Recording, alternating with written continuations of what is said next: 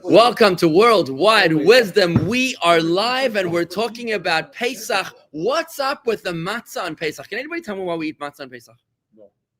You do know. Why do we eat matzah on Pesach? Guys, come on, let's go back to basics. Torah says you will. Why does the Torah say so? Let's get back to that down to basic. We were in a rush, we were in a hurry. It's what? What was that? Wait till you see. Just wait till you see where we're going. I want to tell you something, Rob. It's when you ask yourself, we call it a klotz kasha. A klotz kasha is, you know what a klotz is? I know what a klotz is. A klotz is like a shmendrik shlemazel. You know, a klotz is like a fool, right? A klotz kasha is a question that only a fool would ask. But when you ask it and you ponder, you're like, yeah, what really is the reason? You'll discover some depth that you never even realized, you never imagined was there. So what then, friends, is the reason why we eat the matzah? Can anybody tell me? Guys, let's keep it simple. What's the reason we eat the matzah? Remind us the hardship that we went through. Not just the hardship. It reminds us that the Jews left Egypt in a rush. That's the reason. Because the bread did not have time to rise on their backs as they were escaping from Egypt. That's the reason, folks. Now, I want to ask you this question. No. Oh, did they have the night before? Yeah. What, did they eat it with the Paschal? Okay, fine. Very good. Very good question. Oh, you see, he's getting somewhere. So did they not have it when they ate it together with the Paschal lamb the night before? They didn't even leave Egypt yet. They were still in Egypt. They weren't going anywhere yet. They were locked in their homes on the night of Passover. What's up with the matzah? That's a good question. So if they were already eating matzah before they left Egypt, then why do we eat matzah? Because they were in a rush. And besides, they weren't even in a rush. Right.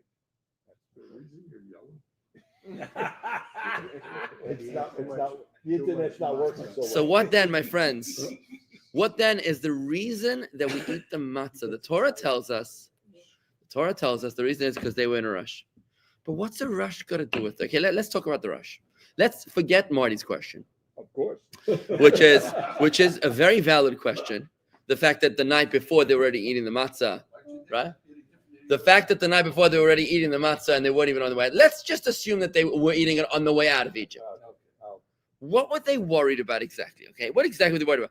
That they were in a rush because of what reason? They had a plane to catch. Why were they in a rush? Because they had taken all the Egyptian stuff. And what were they worried about when they took the Egyptian stuff? They would come back. Egyptians would change their mind. They were worried that the Egyptians would change their mind. Now, is that a fact, sir? Think about that. Think about that. No, it's a very logical point you're saying. But is that really the reason? Think about this because the Egyptians had just experienced 10 crushing plagues. The pinnacle of which, the straw that broke the camel's back, was the plague of the firstborn the night before. The Egyptians were practically begging them to leave. It was clearly not that they were worried that the Egyptians were going to change their mind. It could not have been the reason. Well, the Jews they were in a rush to get to God. No, they didn't know about the Torah. It was the time they had to leave. No, hang on. They did know about the Torah. You have to say they did know about the Torah. Moses' call from the very first time Moses had his first job interview at the burning bush. He was told to tell Pharaoh, let my people go so that they may serve me on this mountain. So they knew that they were heading to a mountain somewhere to serve God. They didn't know they get it. Okay, but they knew they were serving God. So that's valid. You could take the Jews out of Egypt. But you take the Tazoy. Da is the Hund bagruben. Here is the dog buried. Okay? Okay, so this is good. This is very, very important. It's very, very important. So what Rob is saying is that actually the rush, which every preschool, Jewish kindergarten kid knows about the rush, is not actually because of the Egyptians that we were worried about. It's not that we were worried about getting the Jews out of Egypt.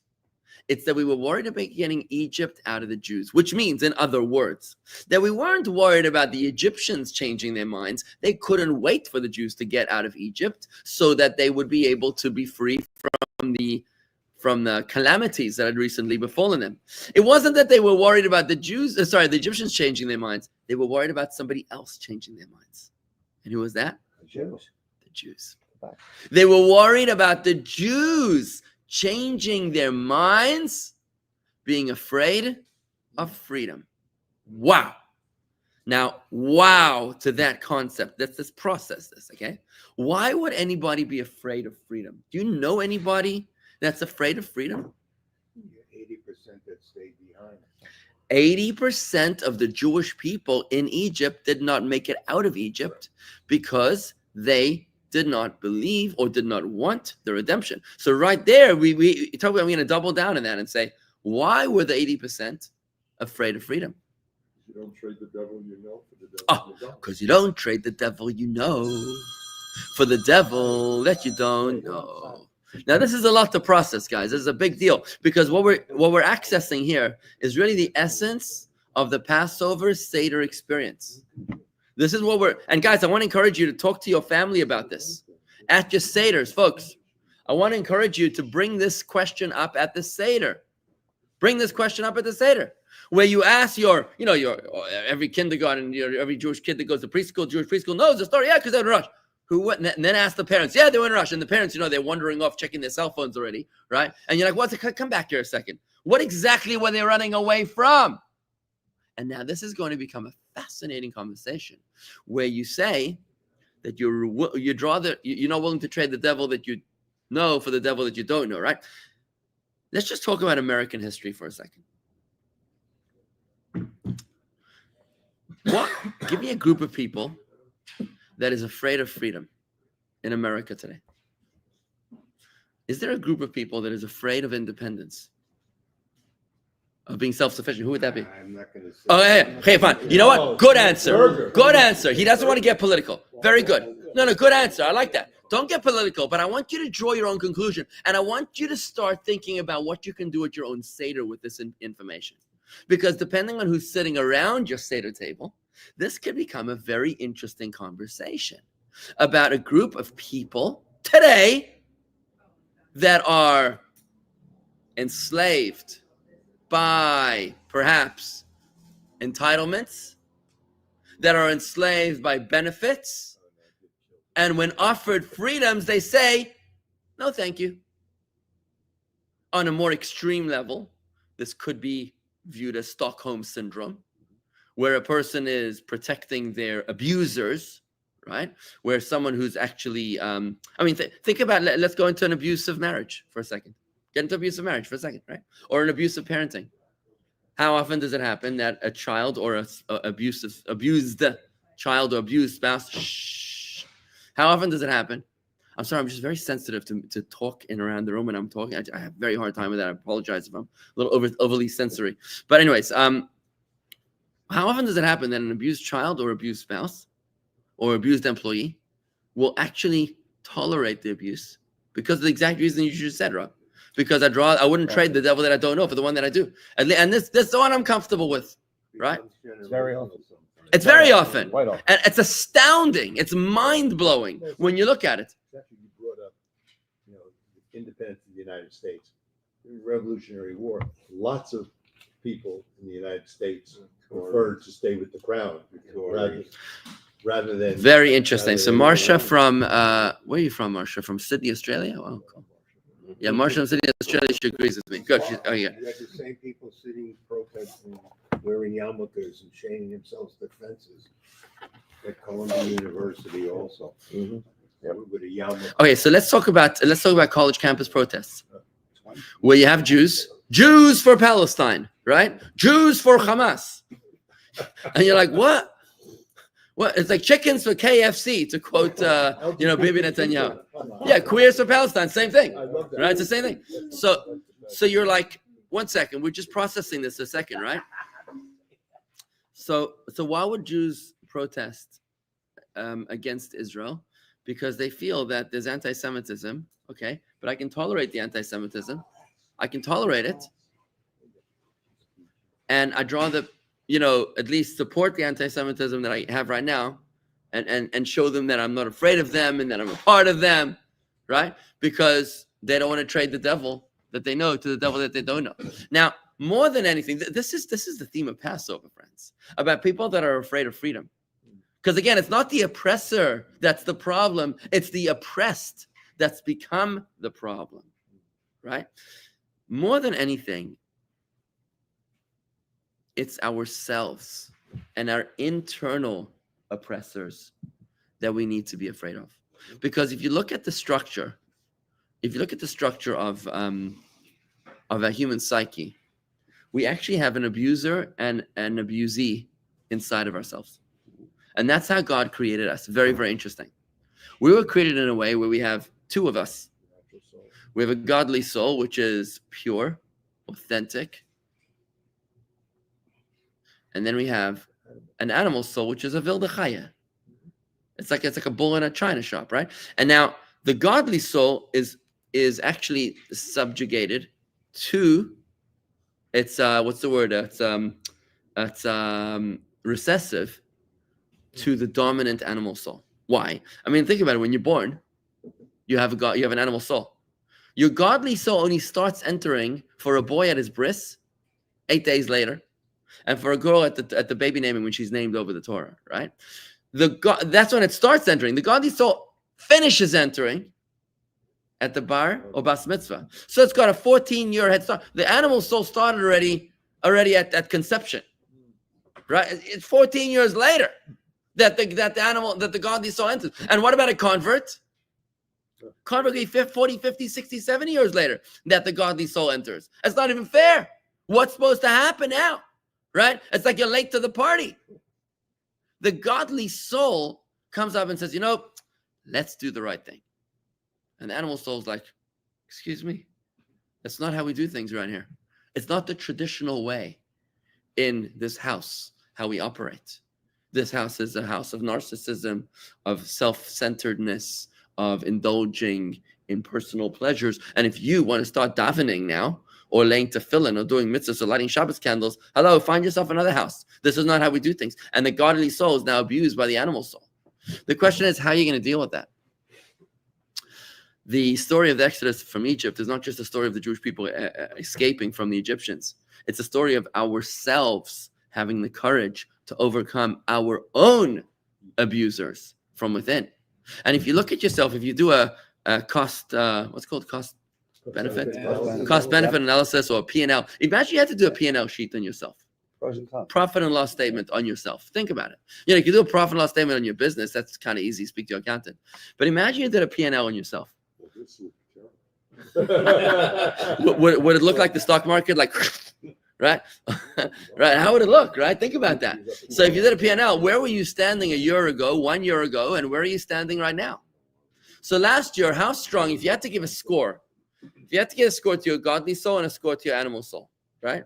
Maybe a year ago, your godly soul was at 40% and your animal soul was at 95%, right? Or how about you say 70-30 or 80-20, right? 80-20.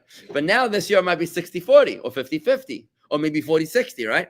And this is the escape from Egypt, right? This is your analysis of understanding of how you were supposed to escape from Egypt. The fact of the matter is, the reason why they needed to run out of Egypt, the Rebbe explains, the reason for the haste is because the Jews might change their minds due to Stockholm Syndrome being a real thing. That at any moment, the Jew might have said, like Toby pointed out, the 80% of Jews that stayed in Egypt, they just said, I'm comfortable with the devil that I know. And therefore, I don't want to escape. I don't want freedom, right? I mean, think about it for a second. When you talk to your kids at the Seder, right? You know those kids that are still on your on your dole, on your credit card? You're still paying their cell phone bills at 47 years old, right? You know those ones? You're still paying their car insurance. You're still paying their stipends. Think about this for a second. Imagine you said to your kid, imagine you said to your 20-year-old or 30-year-old or 40-year-old kid or 60-year-old kid, imagine you said to them, okay, I'm joyously announcing to you that Mom and I have decided to bestow freedom upon you. And from now on, you are welcome to pay all of your own bills. Freedom! Let freedom reign, right? What would happen? How would they react? That's right. And now we're beginning to understand the problem. Why they needed to leave Egypt in a rush. Because the moment you get inspired, chaparain. The moment that you get inspired, get on that train and get the you-know-what out of here. Because if you don't jump on the train right now, there's no telling what's going to be in 5 minutes or 5 hours. If you were inspired at any moment, you're going to have to take... Ooh, I think I banned the wrong person. I literally banned... How do you unban someone? I'm so sorry. I just banned someone by mistake. Burger, I think he banned you. No, really, I really banned this lady from Sydney, Australia by mistake. I thought she was telling me. Is there a way you can go to ban people? I don't know. There is a way. I don't know. I'm so sorry, Marsha. I'm blocking you. If anybody knows Marsha from Sydney, Australia, please tell her that I'm very sorry for banning her from Worldwide Wisdom. I don't even know if it's on YouTube or what, where she's on. She was on YouTube. Yeah, she was on YouTube. Sorry. Unblock her. Yeah, if you can get onto YouTube somehow, I don't know. Okay, Not my apologize. account. Sorry, Manchester, UK, Shimon. Nice to see you. Okay, so good. So back to business over here, guys. Let's talk about this, right? So we are slaves to our animal soul. Our animal soul is the default setting inside of us. Doing the right thing is a novelty. It's out of the ordinary. It has to beat the new path, right? Blaze a new trail, which we're not necessarily comfortable with. So how do we do this? To do this, we need to have the courage to break free of our pre-existing convictions. To do that, we've got to have the courage to be a maverick, and that's not something which comes naturally to us. What would it take for a college-age kid to say to mom and dad, "I really want to get off your payroll"? Like, what would it take? Like, really? Like, seriously? Isn't this an interesting discussion to have with your Seder? Like, what would it take for a kid to actually say, "Mom and Dad, please, can you stop it already? You're enslaving me.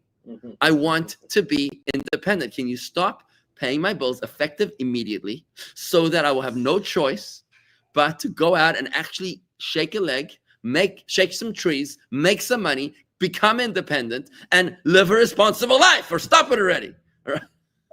What a Seder would it be? Right? Thrown out the window. It would take a very long time, like it did for the Jews. How often, after they left Egypt, did they say to Moses, "Is this why you brought us here, to die here? We'd rather go there." During the 40 years in the desert, they didn't stop kvetching. The whole time. Then we remember the cucumbers, we remember the watermelons, like Egypt was just the Ritz-Carlton, right? When they got to the Red Sea. Yeah, the Slav. They were so missing the enslavement in Egypt. And now you can understand that when you say, when a kid goes independent and they don't have money for dinner or for their, for the car insurance. And they're like, "Look, I remember the good old days when mom and dad paid my bills and I could just, had a magic credit card and I could just go out and do what I wanted." You can understand what they were thinking. We didn't have any anxieties. Think about this like this. So what's the difference between being a boss and an employee? So the employee gives up his freedoms for security, and the boss gives up his security for his freedoms. Think about that, right? Agreed? You have a lot of employees, right? So which one is better? I think there's a lot to be said about the employee giving up his freedoms for his security, because he has a security. It's a very nice place to be. I'm very comfortable. But that's a form of enslavement where you want to be able to be free, even though it's going to cost you your security. And that's not something which many people are comfortable with. I think it was Stacy who said most people would trade freedom for security. Well said. And Marsha, who I kicked off here by mistake, I'm sorry. She said before, she's probably not going to hear me now. She said lots of people are afraid of leaving the place of limitation. Right? There's another way of thinking. Yeah. Here's the Jews that were slaves. They have no money. All of a sudden, they're loaded. They're very wealthy. And they say, "I'm going to the desert, but I can't spend the money because there's nothing to buy. In Egypt, I can buy things." That could be a reason why Moses wanted to get them out of Egypt as fast as possible. Are you talking about tariffs and trade wars? Or They got all of Egypt's money. Now they have all this money, but they know if they go to the desert, they can't buy anything. So it's the use of going to the desert. I'd rather No stay in cost Egypt. in the So you're saying they were entrepreneurial and they wanted to do commerce. They thought they were going right into The promised land. Hello, they were going to the promised land. Good morning, Chuck. They were going to the promised land. They screwed up so it was longer, but they thought they were going. Guys, I want to take it back. I want to keep us focused, right? So basically, what I'm trying to say is this is the reason for the rush. This is the reason for the rush of the Jewish people coming out of Egypt, and the reason why we make such a big deal out of the matzah is because in order for you and I to experience freedom in this Pesach, Not just for them. We're not even talking about them. Who cares about the Jews that came out of Egypt 3,250 years ago? It's me and you that we're worried about. The people around the Seder table. Every day. Do you have the courage to break out of Egypt every generation and every single day, like the Mishnah says? That's the big question. What's it going to take to break free? What's it going to take to break free is going. It requires haste. Because you can easily doubt yourself. You can gaslight yourself and say, this is a crazy idea, and actually I'm not going to do it. You can be like the turtle who's emerging and runs back into his shell. It's like, I'd rather have the safety of my little shell, even though it's dark in here, it doesn't matter, but at least I feel safe, right? So that's the reason why we make such a big deal out of the haste. And from here we learn an eternal message, that every single Jew is commanded by biblical command to break out of Egypt. You have to break free from your Egypt. Remember, Egypt means limitations, boundaries, constraints, narrow-mindedness. You've got to break free from your small-mindedness, and you've got to be able to rise to maturity, to broad-mindedness, right? To break free from the enslavement of your body. What is your body? Your body wants to physically indulge. To break free from your natural tendencies and your selfish habits. In order to embrace your true identity, your spiritual existence, your godly essence. And that happens when you break free in haste. Now you'll notice that there's an interesting word when it says the 4 cups of wine we drink, corresponding to the 4 expressions of freedom. I will take them out, and I'll redeem them, and I'll save them, and I'll take them. 4 expressions of redemption, 4 cups of wine. When it says and I will take them out of Egypt, it says and I will take you out of the patience of Egypt. The word can be translated as, and I'll take you out of the suffering of Egypt, but the real word sivlois actually means, and I'll take you out of the patience. Like savlanut means patience in Hebrew, right? Tolerance. I'll take you out of the tolerance of Egypt. Why? Because our tolerance threshold is accustomed to the enslavement that we're in. And God is trying to free us from our status quo. He's trying to free us from our current comfort levels. Because to be a Jew is to have the courage to constantly reinvent yourself. It's so deep, it's so personal, it's so mature, it's so profound. And I wanted to draw your attention to something that the Alter Rebbe says in Tanya at the end of chapter 31. At the end of chapter 31, the Alter Rebbe talks about, he asks a question about why it was that Moses needed to deceive Pharaoh. What did Moses ask Pharaoh to do when they were on the way out of Egypt? He asked them to allow them 3 days to go and worship God on the mountain that he has chosen, and then they'll come back. So Moses was effectively lying to Pharaoh. He asked for 3 days. And what did he get? Forever. We were leaving forever. So the Alter Rebbe was asking a question. Why was it that Moses needs to deceive Pharaoh? I mean, think about the bargaining leverage that he had. Just think about it for a second. Last night, we had Pharaoh running in his pajamas, looking for Moses, begging him to leave Egypt. Because Pharaoh himself was the firstborn. And Moses says, okay, we'll leave, but we're not going to do it in the middle of the night like fugitives. We're going to leave in the middle of the day. Right? And what is he asking for? He says, but all we're asking for is for 3 days. With that kind of bargaining leverage, where Pharaoh himself is afraid of his own life, and he is in the middle of the night personally coming looking for Moses, after he swore that Moses was never going to see his face ever again. Remember that happened 2 plagues earlier. So now he himself comes, violates his own vow, and he says, Moses, I need you guys to get the heck out of here. So Moses, only 3 days. Why would he only ask for 3 days? He could have asked for permanent freedom for the same exact price. So the Alter Rebbe explains that our escape from Egypt mirrors exactly our godly soul's escape from our animal soul. In the Beinoni, which is the struggling Jew, the godly soul is imprisoned in the animal soul. And when it has a chance to break free, it's got to do so as fast as possible because it's likely to be recaptured at any moment. How does the godly soul maintain its freedom? By fueling its freedom through Torah study and acts of mitzvahs. But at any moment, it's able to fall back onto old paradigms. At any moment, the animal soul is able to, just get old practices and protocols back into place, right? And that's why that's why we need to deceive our animal soul.